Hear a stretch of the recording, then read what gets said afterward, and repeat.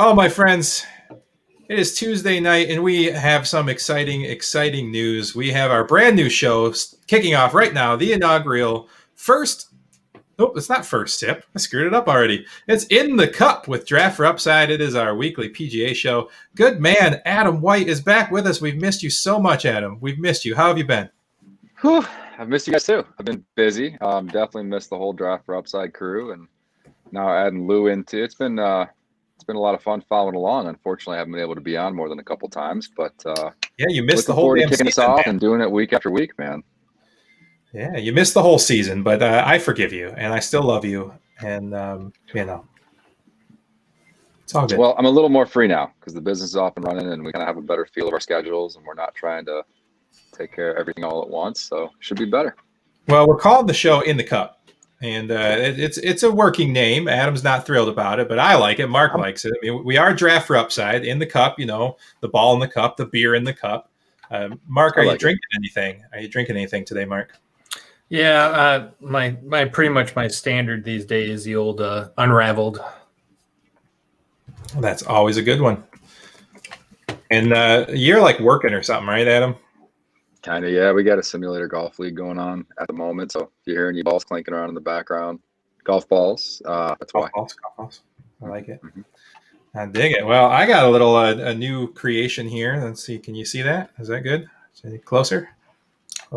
Yeah, I want some of that. There you go. Adam, check that out. Baby Tracks. Baby Tracks, okay. Baby Tracks, brand new. It released around Christmas time. This is a session pastry stout with peanut butter, chocolate, and vanilla beans at 6.5%. No barrel age. Just a really tasty stout. Well, I got to put it in the cup, right? Yeah, that's a rule. Yep. No drinking out of cans or bottles on this show. That's right. In the cup. Got to go in the cup. Next week I'll have a beverage. I like it. Well, you know what? We'll probably talk about it most shows, but we're just so happy to have you back. We know that you were gone for the entire football season, setting up your own business. Let's just talk about that real quick, fans, and then we'll get into our PGA DFS. But Adam, tell us what you've been doing down there at Measure Golf Ann Arbor. Well, give you the quick version. We just basically built an indoor golf facility, teaching, club fitting, golf fitness, mindset training, everything here under one roof in Ann Arbor, Michigan. So it's been a lot of work. I missed you guys over the fall. Didn't have nearly the chance to pay attention to football this year as I normally do. But with that being said, we turned the corner to the new year, and it's golf season. Yeah, so go to your Google machine. To golf. Oh, absolutely. Go to your Google machine. Check out Measure Golf Ann Arbor. If you want to take your game to the next level, go check them out. And an exclusive deal right here for our listeners. If you go to Measure Golf Ann Arbor and tell them Johnny Danger sent you when you book your evaluation with Adam, I earn a free lesson. So please, I need the lessons, people. It has nothing to do with anybody else. It's all about me. Go there, tell them Johnny Danger sent you, and I get a free lesson. This is news to me, but you know what? You're a friend and you need help. So that's right. If I can turn you into a serviceable golfer, it'll really show that I've got some serious skills. So man, we'll go live and show my swing, and we'll see how you fix me. It'll be the best advertising you could ever have. It'll be amazing. Before and afters will be interesting. I like it. Well, guys, I'm so excited to be on here talking golf. I love football, as you know, but the 17 weeks was a grind, and I'm ready to get excited about something new. Mark, tell us where we're going here for this champion tour here. Yeah, so talk about a grind. I'm excited. I know Adam's excited. The PGA is kicking off for 2021 with 29 consecutive weeks of tournaments. 29 in a row. That includes the Olympics, all DFS plays. I'm excited. And we're starting out in Hawaii for the SENTRY Tournament of Champions. This is on the classic plantation course at the Kapalua Resort on Maui. The TOC's been played there since 1999. But big note is in 2019, they changed the course. And they give you a little bit of a comparison. 2 years ago, the winning score was a minus 21. Last year, after the course changes, JT won it at a minus 14. So it actually brought the scoring back down. Now, this is a resort course. That means super big fairways, super wide, easy to hit. I believe this is the easiest on the course at 76% fairways hit. Greens of regulation are at 78%. Super giant greens, but they added a ton of length. The fairways slant dramatically. This means that the shorter drivers can find a path down the fairway and roll the ball as far as a bomber. So it gets them all back in the play. And what I'm seeing here too is even though those greens are big, there are multiple levels and you got to be on the right side of the pin or you're in big trouble. What I was looking at here is over the last 22 events here, only one has been won with a guy that was not top form putting. So yeah, man, that 3-putt avoidance stat, big one. Can't have those 3 putts, man. Can't do it on this course. It's too easy to get to the green. You got to get close. Proximity is a big one here. Approach is a big one. And if you go look through the winners for the last 20 times they played here, it's like 50-50 short ball strikers and big bombers. So really anybody can play. It's all about proximity to that hole and avoiding those 3 putts. What do you think, Adam? Yeah, I mean, distance is always your friend, but this is a course where it's much more a second shot golf course. You'll hear that said a lot on some of these courses where no matter the length you hit it off the tee, like it's going to limit some of the bombers off the tee to hit 2 irons and 3 woods. And then the guys that don't hit it as long, to Mark's point, a lot of these fairways, you'll see 50, 60 yards a roll. So even though you don't carry it as far as a shorter guy, you'll be up there still in the same neighborhood, depending on, where that downslope falls at what yardage. But overall, big time second shot golf course. So we want guys who are going to give themselves opportunities and who can hopefully take advantage of some of those, like I know Chris's boy, Kevin Na. Yeah, it's also a coastal course, so there will be wind in play. Looking at the weather, it looks like there's going to be a couple of nasty days of high winds. It looks like the first day and the third day they're expecting high winds on the course. So it's another thing to consider. This is where the Canadians and the Australians come into play. Quick note too, yeah, for sure. The wind players, Canadians though. I don't know about Canadians unless they're from like BC or something. But quick note too, it is a no-cut event. So anybody that is playing any of the approximately 40 players, you're getting 4 rounds out of them unless they're injured or pull a Patrick Reed and get DQ'd for making sand angels or whatever he was doing last year. So unless something like that happens, you're getting 4 rounds out of all your guys. So maybe some of your more volatile guys, you might want to target more than a normal week with a cut. Sure, like my boy Kokrak, but we'll get there. Jason. We'll get there. All right, well, guys, let's just break right into it. I mean, this is a short field. There's, 43 golfers, 44 golfers, somewhere in that range. Everybody who won on the tour last year and everybody who finished, top 10 or something in points got an invite. So you got about 40-some-odd people, something along those lines. And this year, unlike a lot of years, this is kind of a secondary event that a lot of the top names don't play. They set out of, but because there was so few tournaments and because they're trying to gear up for a Masters in the spring here, I think that's why you're seeing a huge amount of names in this field. So it's going to be interesting. I mean, I tried to narrow it down. So far, I've got it down to 18 players out of the 40 that I like, but we'll see what we can do with that. All right. So let's get into it. Let's do what we do. Of course, there's a couple of comments here. Let's see. Mark, you got those comments up? I'm in the middle of something here. Yeah, what do we got here? Oh, Mick Stevens. Beer and golf. Oh, hey, Mick. He was a big poker player with us, wasn't he? Yeah, he was. Yep. Oh, and friend of the show, Justin. I like it. Oh, yeah, Justin, interested in golf and beer. All right, well, if you can see the screen here, let's go over this. I thought I'd just do a little sherry share. What do you think? Why not? All right, so we're looking at DraftKings Roundabout here. Don't mind my $2.44 in my account. That's none of your business. But let's go through here and take a quick peek. So obviously we got Dustin Johnson at the top. I was looking at the opening odds for this, and last time I looked, he was 6-1. I don't know if it's gone any bigger than that. For me, man, I know it's super chalk. I know there might be some narrative of him partying up after his end of his great year last last month. But to me, man, I think he wants to just keep this rolling and just dominate 2021. So I'm having a hard time, especially even in bets at 6-1. I don't care. I mean, it's not a great payoff, but for me, I mean, I think the dude's just going to win. Yeah, I guess if I'm ever going to bet a guy at those types of odds, it makes sense when there are less elite players in a smaller field.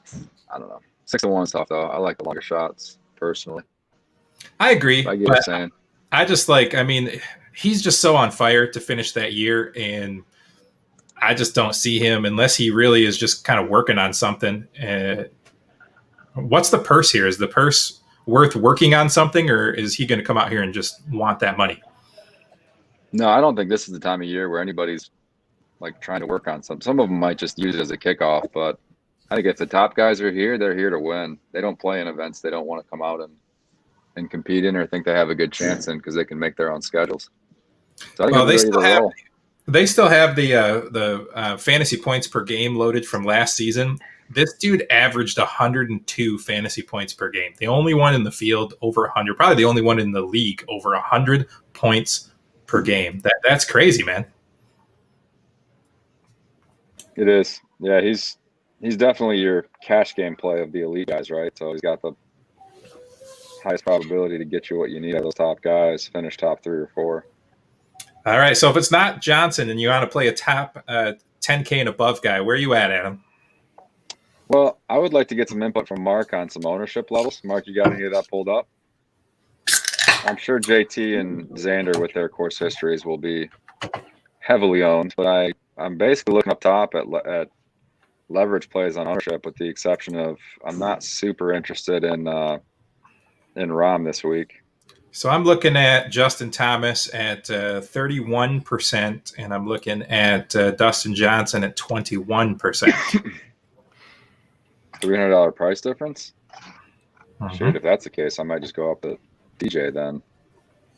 Yeah, so the top guys there, and then you've got Rahm way down of those top guys at 19.6, but that I believe that's because he's got a club change, right? He's switched over to Callaway's. Yeah, and that's one of the reasons I'm not interested in him. He's tailor-made to Callaway, first event with the new clubs. I'm sure he's still going to make plenty of birdies, but not a guy that I want at the third highest price guy with that equipment change just taking place. So, plus I don't like. We're no longer a Callaway sponsored podcast. We'll get into that later. How about you, Mark? You buying into Bryson's, just overpowering the course and being able to hit from like 75 to 90 yards where everybody else is going to be playing from, 125? No, absolutely not. He's he proved throughout late last season that his short game is terrible. Yeah, he can outdrive everybody, and it doesn't matter. But his short game is terrible, and he was putting terrible at the end of the year. I have no interest in Bryson. I really think he's a huge fade. He's at almost 20% ownership. I'm going to fade him 100%. I mean, if he beats me, fine, whatever. But I really don't think he's going to fit into this course well. And I'll tell you something else here. Xander is coming off having COVID-19.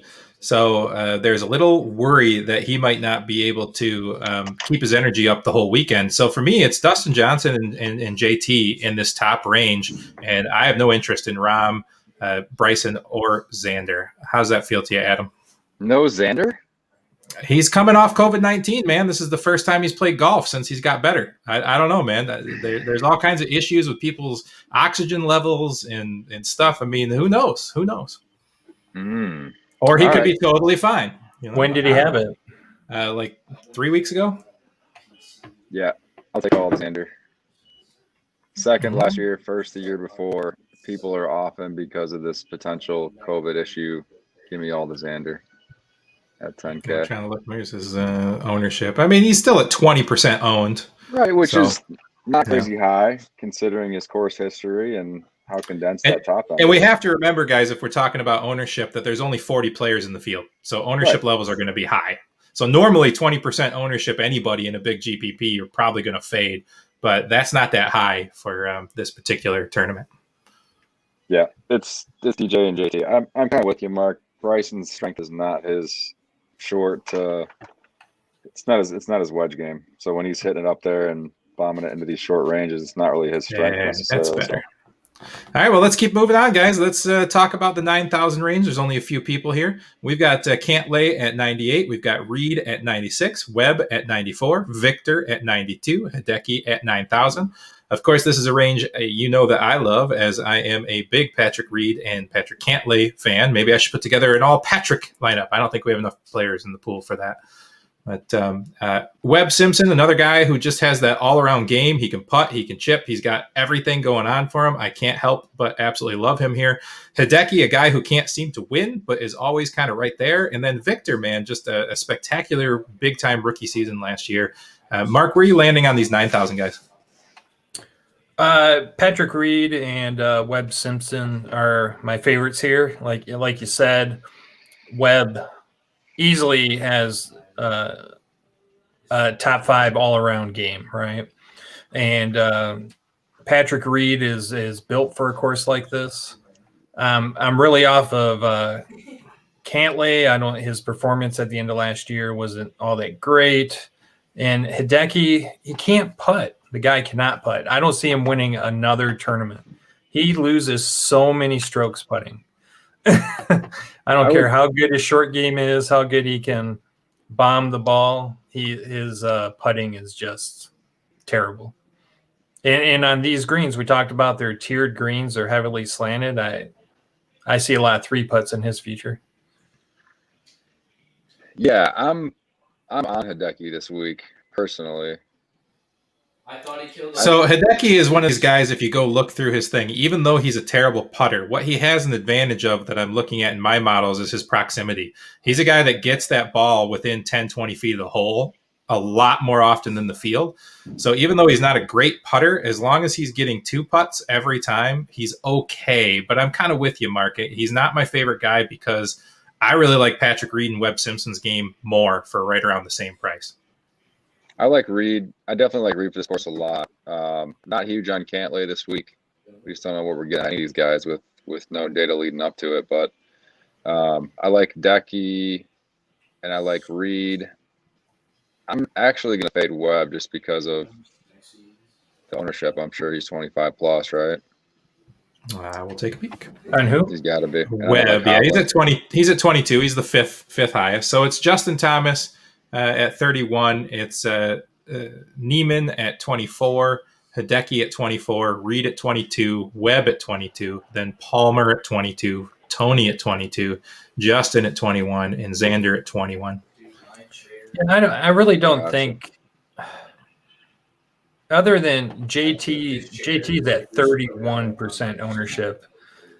Everybody else is about the same. Everybody's 21 to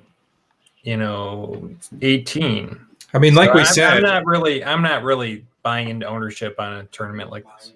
Yeah, and like we said, there's 40 some players in the field. Realistically, 18 to 20 have a good shot of finishing, a good run. And of course, there'll be some outliers. There'll be some random people who pop up, and maybe Adam can help us with those random under-thought of guys.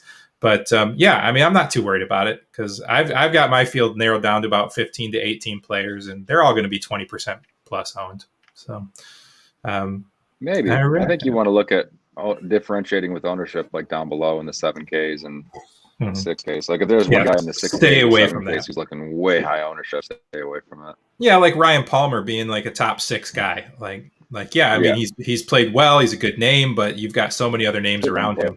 But what do you think about Victor here? I didn't like him originally, but then the more I look at it, the more I feel like he just kind of lines up. He's one of those good all-around players that's not going to have any big struggles in one area of his game. As long as his putter can pick it up, I think he's a good play here. I think I like him a lot at 92. I don't like him at that price in this field. He's a notoriously bad wedge player, and these are turf conditions. He hasn't probably played a whole lot in Hawaii. It's also his first time here, so I mean, you could definitely do worse than Victor, but I'm not going to be playing him myself. I actually haven't played on my Xbox. I would take Morikawa with a $400 discount over Victor. Sure, I like him because he is all the way down at like the 25th most popular person at like 14% owned. Good reason, though. Yeah, so that's what I'm looking at there. All right, any more thoughts of these guys in the 9,000s? No, I was gonna say I'm talking out of Victor, so that means he's probably gonna win. Right? You didn't There's talk your me out of guy. Victor, man. I like him That's the because he's so fighter. low owned in that area. So, all right, let's look at the sub 9,000, the 8,000 range that I've got pulled up here. We've got Tony at the top there, 89, with Colin Morikawa, English, Berger, Scheffler, Smith, Neiman, Im, Scott, Answer. Man, it seems like all the great names are here, but then you got to remember the strength of field that's going on. Always like our boy Tony. We're still waiting for him to win one. We tout him almost every week, right, Adam? We did. No Tony this week. Not for me. I'm keeping it real simple in the 8Ks. I'm going Berger, who's phenomenal with his wedges and putting. I'm going Cam Smith, same thinking. And then Scotty Scheffler, I think, will be a dark horse to contend. I think he'll be a top 10 guy. And I'm actually considering Scotty for my one and done, believe it or not. Nice. Yeah, and Neiman, and Mark and I were talking a little bit in studio before you came on, but Neiman's being talked about like everywhere. Is there a reason for that? I mean, he does have the short game prowess, I guess, or the intermediate, like the 100-yard, give or take 10, 20-yard range. Finished 5th last year, but he's not a guy I've been super crazy about. Nice. I don't see a glaring reason why he's like literally like popular. Twitter and everything is just a buzz with the dude. So, all right, just letting you know, he's in a lot of articles I read up on today too. All right, Mark, where are you at here in the 8,000?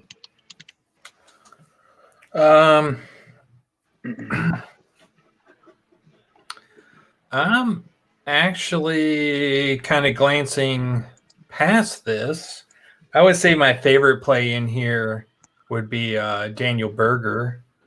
I think he fits the course the best out of these players. Yeah, I'm not really into Cam Smith, Scotty Scheffler, Harry English. I think Morikawa's game, when he was playing well, can fit this course very well. I just don't know if he's going to bounce back. He had a really rough last month or so last year. So, I mean, he's viable. I'm going to have some shares of him. But as far as this 8,000 range, I'm not playing a lot here. Berger will probably be my most exposed. I'm kind of like in the 7,000s a little bit more. Sure. All right. Well, I will tell you my most owned player in the lineups I built so far was Adam Scott and Joaquin Neiman. But seeing Neiman at the second highest owned on the day in the projection so far has really kind of got me off of there. And of course, Adam scoffing at me mildly. So, but I like Adam Scott a lot. I think, veteran, he's played well here. He plays well in the wind.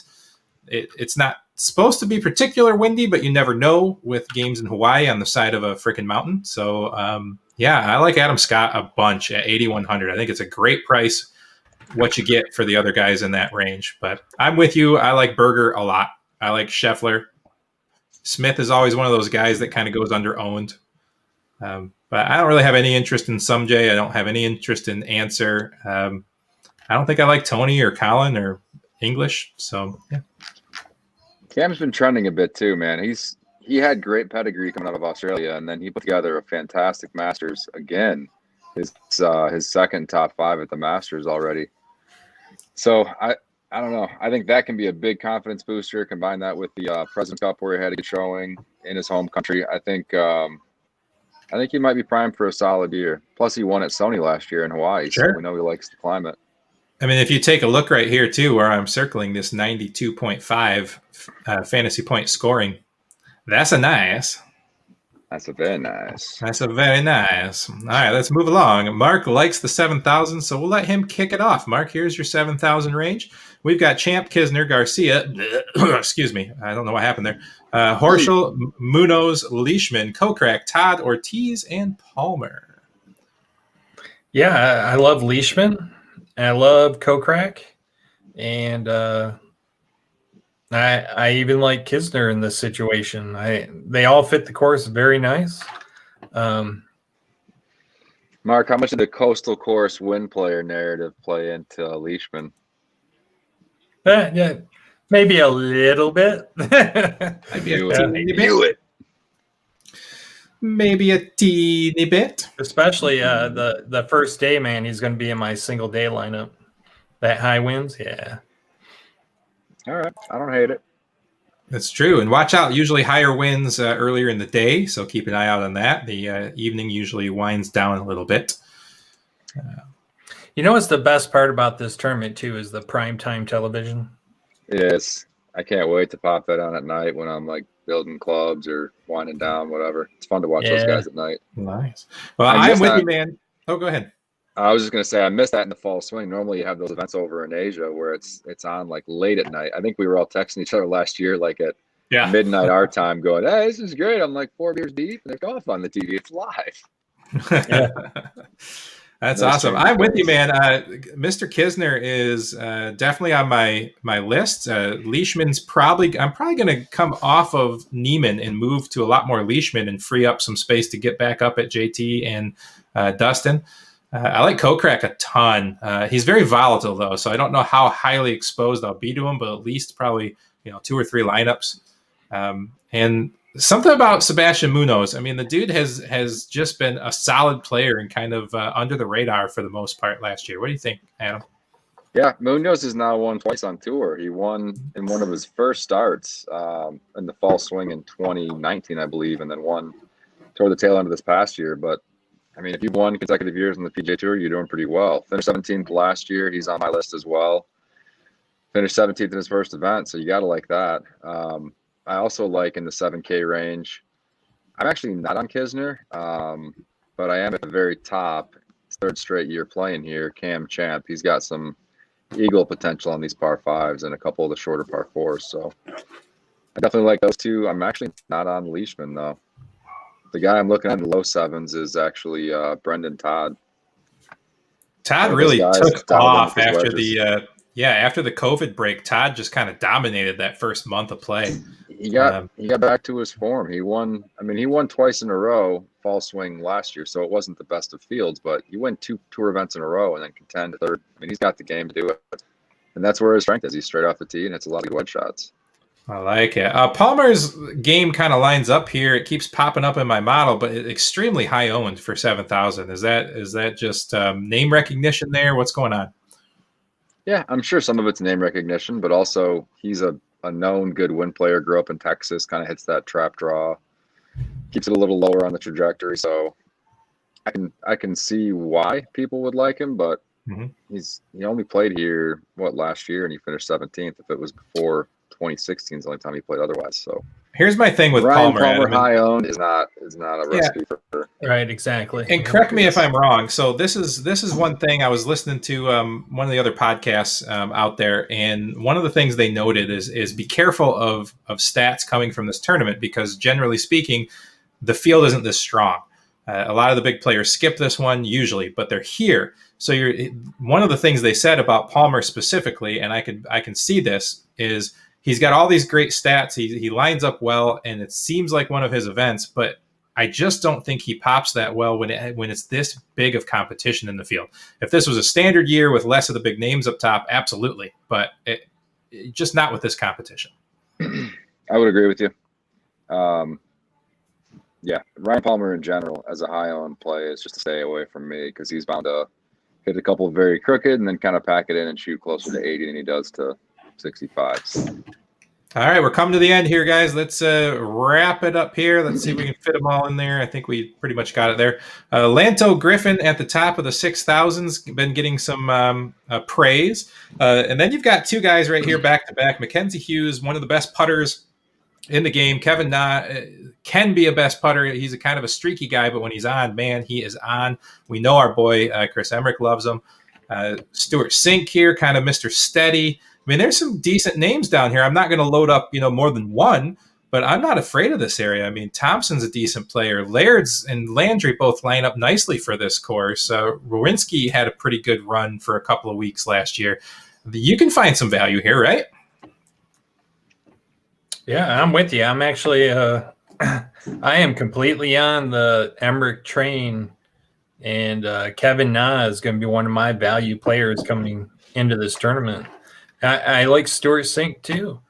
Just Mr. Steady. He'll go out there. He'll plunk it down. He'll get a top 20. If you can get a top 15, you're winning some money. So, yeah, I like those. Those are my favorite two plays down here. I like Laird a lot. I don't know, Adam, can you comment on any of these lower guys here? Nick Taylor not the super low guys. I mean, Brian Gay's a notoriously great putter. That's why he's still on tour, to be completely honest with you. Streb's kind of had a resurgence, older veteran. I'm definitely not on Brian Gay, Hudson Swafford, Nick Taylor. Those guys I'm not really interested in. But in the 6K range, I could see some interest in Kevin Na, but I'm probably leaning elsewhere. I definitely do like Lanto Griffin at 6,900. I will tell you, Lanto's projected. You are a Lanto guy, though. Yeah, and You love Lanto. And Lanto's projected at 20%, and beyond that, the actual lineup generator at the what I'm looking at is spitting him out 26% of the time. That's huge. I mean, I'm all right with it. I think I got some lower guys. Lanto Griffin is actually the number one player being spit out by the lineup generator I'm looking at. That is shocking. Yeah, Lanto Griffin, then Tony, then Sebastian, then Palmer, then Neiman. Well, I can't talk you off it, but I'm not on the Sink train. Maybe Sink if it was more of a cut makers tournament, not a super low scoring event where there was a cut, but not my thing here. The one guy I'm kind of interested in a little bit is Andrew Landers, because he's shown, when he gets toe-to-toe with some of the big dogs, like I think he lost to Bubba in a playoff. I know I just called Bubba a big dog. That makes me sick a little bit. But he's won a couple majors. He's a guy that can actually – or no, it was Rahm in the playoff. But he's a guy that can actually show up when he's in contention. So don't hit his game for here. Other than that, pretty much Lanto in the 6K range. There's plenty down in the bottom of the sevens that I don't really want to go there. Yeah, I'm with you on Landry. He is mentioned by a couple of people I trust very much.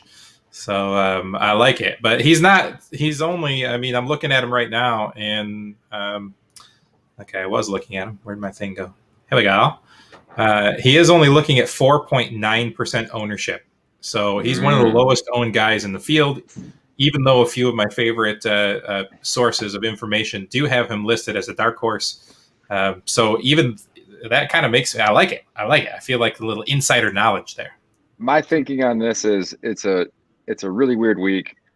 Low 40s as far as number of players, and you're going to see high ownership on a very concentrated group of guys. So if you want a chance to win GPPs, play a guy like Landry, super low owned, has a chance to top 5. Normally it'd be a little bit of a risky play, but this week, if your goal is to win a GPP, play the low owned guys. Yeah, and there's a lot of high owned guys down here. I mean, Laird's at 11%, Lanto's at 20, like I said. Hughes is at 10%, Palmer's at 22. So there's a lot of ownership down here. Lanto's 110 to 1. Brendan Todd's 100 to 1. Like in a 40, just over 40 person field, I don't mind throwing a couple sprinkles on some super long shots like that. Yeah, Todd's only projected at 7% ownership. So cool. Bring it on. Yeah. He's got the mentality to play through the wind and the crappy weather too. So I love it, man. Well, really, we kind of covered it, man. I really appreciate you coming back and hanging out with us. And best of luck in your venture down there. One more time, I'm going to throw it up here. Measured Golf. You just want the free lessons, you dirty dog. Right? I know. You got to go check them out. You got to go tell them that Johnny Danger sent you. If you sign up for services, I'm sure that we'll all get a good laugh and everybody can make fun of my swing. It'll be a lot of fun. There is also a brewery right next door, so it's our kind of place. It is attached to a brewery. That's never a bad thing, is it? Which brewery? Wolverine State Brewing in Ann Arbor. Yeah, literally attached to the building. They'll bring you beer while you're there. That's awesome. They may have just done that for a few people while we were on this podcast. Some of the best lager in the state. Yeah, really good stuff. Big fan of those guys down there. All right, Adam, before we go, we do a thing around here. If people are interested in it, we go to this webpage called prizepicks.com, and we use promo code Blueprint to sign up for a new account and get 100% deposit match up to your first $100. That's a real deposit match, my friends. If you put $100 in, they give you $100 of promo cash, which you can use immediately to place a $100 entry if you like, and if you win, it converts to real cash. None of that drip-in stuff that DraftKings and FanDuel and some of the others do, which is pretty sweet, don't you think? The other thing they do is they allow you to spread your entry across multiple sports. So this weekend, we could play Ben Roethlisberger's over, we could play Nick Chubb's under, and we could play Justin Thomas's over all together in a three-way parlay. What do you think of that? You play Bryson's under. Yeah, so you could mix and match. You could mix and match. So I do enjoy that. Yeah, I'm sorry. I gotta look up the scoring chart. They changed the scoring chart on me. All right, so check this out, okay? 0 points for a par makes sense, right?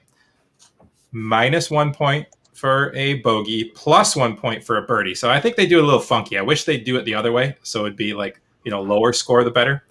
But you get 3 points for an eagle or better than an eagle, 2 points for an eagle, 1 point for a birdie, 0 points for a par, then -1 for bogey, -2 for double, -3 for triple bogey. So these are single rounds, Adam. I want to throw a couple guys at you. Single round, opening round, Thursday. We're looking at Dustin Johnson, 3.5 points. So in a single round, 3.5 points. You get a point for a birdie, 2 points for an eagle, -1, -2 for bogey. I'd go over that for sure. Over that. So you like that. 0 for a par, huh? Tomorrow's the windy day. It is the more windy I take day. that back. I take that back. DJ's still on vacation. He's a slow starter at these events. Yeah, 3.5 is kind of I would just leave big it for a alone single now. day. All right, let's get a little weirder. How about somebody that we both like? Patrick Reed, 3. I would go over that. He plays better in the wind, right? Yep, go over. Good wind. He plays player. his course well too. All right, pretty much everybody's at a 3. All right, so they've got 3.5 for Johnson, Thomas, and Rahm, and then everybody else is 3. Bryson, Xander, Patrick Cantlay, Patrick Reed, Webb, Victor, Hideki, Colin, Tony. So you don't like Tony here, huh? So under on Tony? Under 3? Mm-hmm. Yeah, I'm going to lean under on most of the guys if the conditions are supposed to be that bad. Mm-hmm. So that's interesting. So anyways, we'll get more into prize picks as the year goes along because it's kind of fun. But like I said, you pick 2, 3, 4, 5 players and you go over under the projection they have on their webpage and you parlay them together. The more you pick, the more you get right, the better your entry pays off. It's a lot of fun, and you can play one basketball guy, one football guy, one PGA guy, and one CSGO guy for you esporters. It's kind of neat. It looks like 15-mile-an-hour winds on Thursday. I saw 15 to 19 on Thursday. Over DJ, over all those guys. Those are all steals. Just hit them all. Hit them on the overs. Right. It's just a matter 15 of miles an hour is just normal out there. Right. Fair. All right. Over everyone. Everyone. It's a weird scoring system, so I'm gonna have to do a little research on it. This is gonna be fun because it's our first time doing PGA on there. Yeah, zero for the pars is interesting, and then definitely. Leishman, if you like Leishman that much, he's 66 to 1 on my bookie right now. Yeah, that's something we should get into too. Is we should maybe we should put a fake money pool together where we start with $500 or something and agree on some bets and see if we can earn people some money. Can we get like DraftKings or FanDuel Sportsbook legal in Michigan yet? Dude, I get an email like literally every day say it's coming. Sign up. We're gaining on it for like the last 4 months. Yeah, for real. It's just enough already. It's like the boy. But what's awesome is when it comes though, you've got like 7 different places in Michigan, set like MGM, and there's like a tribal one. There's a whole bunch of them. And all of them are like $50, $100 free bets if you sign up as a Michigan resident. So like I got like $500 in free bets coming. Yeah, me too. Can't wait. A bunch of different emails, aliases. FanDuel scored. They joined with Motor City. Yeah, I saw that. And Roto Grinders partnered with DraftKings and MGM, I believe. I think it was DraftKings and MGM. I could be wrong. I know MGM has their own. Oh yeah, MGM's their own. Yeah, for sure. But DraftKings is a tribal casino they partnered with. Well, I tell you what, though, guys. As soon as it's legal in Michigan, we should put a pool together and have some fun. I agree. Yeah, I'm excited for it. I don't do a lot of gambling like that, but once it's legal in Michigan, I can do it on my phone and goof off a little bit. Yep. Yeah. All right. Well, Adam, we're gonna do a NFL playoff draft. Are you in for that? Yeah, I think I confirmed with you yesterday on that. I think I sent you the money already too. No, not the DFS. Yes, we're definitely going to do that. That's up to 21 people confirmed and ready to go. Nice. So that's awesome. I'm talking about like we did last year, where we do a snake draft for the playoff players. I forgot we did that, but yeah, I'm in. Let's do it. Yeah, just for fun. I'll probably do it in a slow draft in an email. That's what I'll probably do. Perfect. So that'll work. All right, before we go, I know it's a tough field, but let's get a tipsy pick. Ooh, tipsy pick. I don't know. Yeah, you stole mine, man. Kevin Na in favor of Chris. In honor of the missing. In honor of Chris. Yeah. You know what? I'm going to go all the way at the bottom. Robert Streb. All right, man. Tipsy picks are locked and loaded. It's fun to be back for PGA. Well, my friends, thank you for watching the first show in the cup with Draft for Upside. And you can find our premium content at www.fantasyfootballblueprint.com, which will be changing its name to fantasysportsblueprint.com, so we can quit pumping football, right? And that's going to be pretty cool. You're going to catch us every Tuesday night at 8 p.m. You're going to catch the Draft for Upside regular weekly show at least for football. We'll see what happens after football's over. On Wednesday nights at 8, you're going to catch Mark and Lou doing the best pucking podcast for the NHL on Thursday nights at 7. You're going to still catch First Sip at 11 a.m. on game days for football, so Saturday and Sunday probably, maybe. We'll see what happens. And then we've got Lou and Chappie and Lucas doing all kinds of baseball pods throughout the week as well. So a lot going on at fantasyfootballblueprint.com, which will hopefully soon be changing its name to fantasysportsblueprint.com. So go check that out for those guys there. Thank you so much for watching, guys. Please keep an eye out on our page. We'll be dropping our favorite plays and some quick posts leading up to Thursday's tee off in the morning. And thanks, guys. Have a good night. Cheers. Bye, y'all.